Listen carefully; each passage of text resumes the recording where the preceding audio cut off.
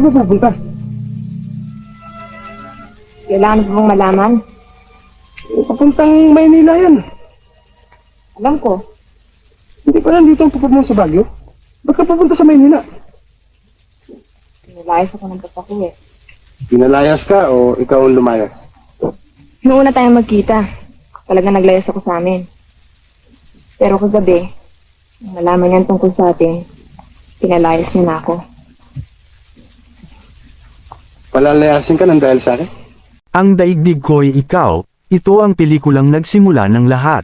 Ang black and white na pelikula, na bahagi na ngayon ng Philippine Movie Lore, ay ang pelikulang nagsimula sa totoong buhay, ng love story ng iconic husband and wife team nina Fernando Poe Jr. at Susan Roses noong 1965.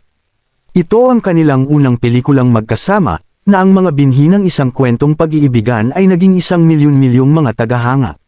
Siyempre bago na uso ang YouTube, at bagong-bago pa lang, ang aking channel kaya siguraduhin mo nang nakasubscribe ka, at pakipindot na rin ang subscribe button, para lagi kang updated sa mga susunod nating video.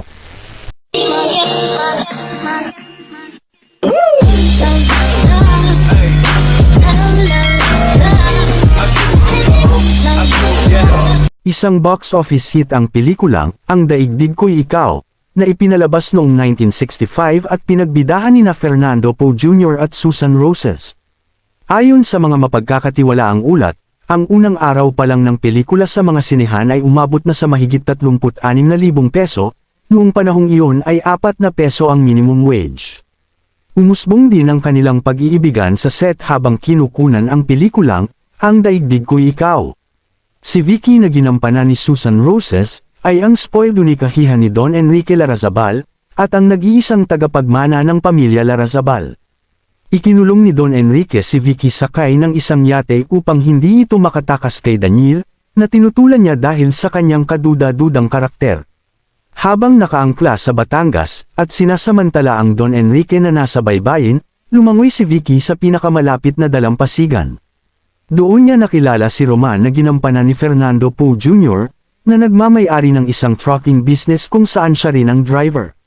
Nagtago siya sa truck ni Roman at nang matuklasan, nagsinungaling siya kay Roman tungkol sa kanyang buhay, nag-imbento ng kasinungalingan kung saan siya ay isang ulila, na pinilit ng isang tiyahin na ipakasal sa isang mayamang matandang lalaki na wala siyang nararamdaman.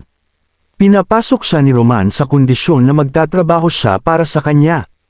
Sa kanilang paghahatid mula Batangas hanggang sa Baguio, nagkakilala sina Roman at Vicky, at nagsimulang maging intimate sa isa't isa. Hindi mo ba alam na maganda ka? Ano yun? Bakit ka naglalakad na nag-iisa? Ang dami salbahe dyan ah.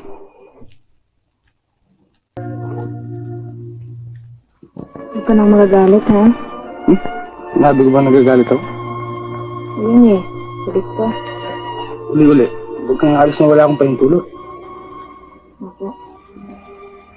Habang nasa daan, patuloy na nagtatago si Vicky sa mga tauhan ni Don Enrique, na inutusan ng nakatatandang Larrazabal na kunin si Vicky.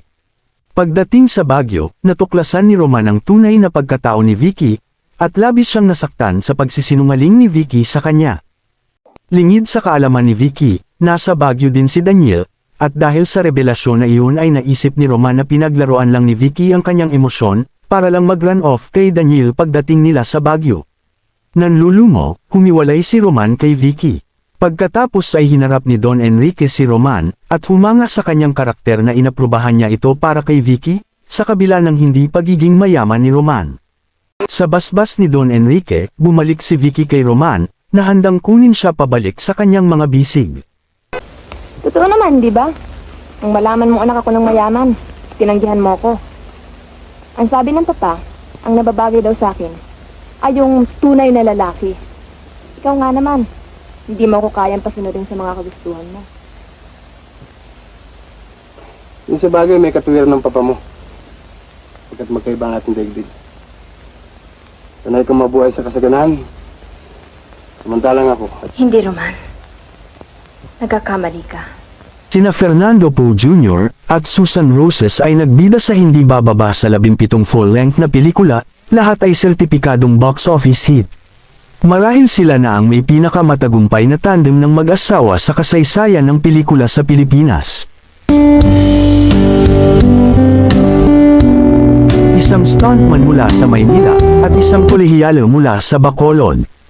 Kapwa nag-cruise ang landas nila sa pinilakang tabing.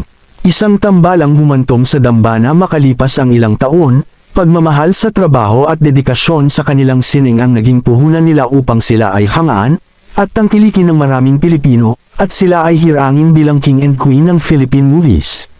Nilikha nila ang mga obrang nagbigay sa atin ng inspirasyon at gintong aral.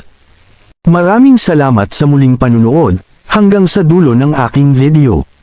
At huwag kalilimutang mag-subscribe, at pindutin mo na din ang notification bell, para lagi kang updated pag nag-upload ako ng mga bago kong video. Thank you for watching.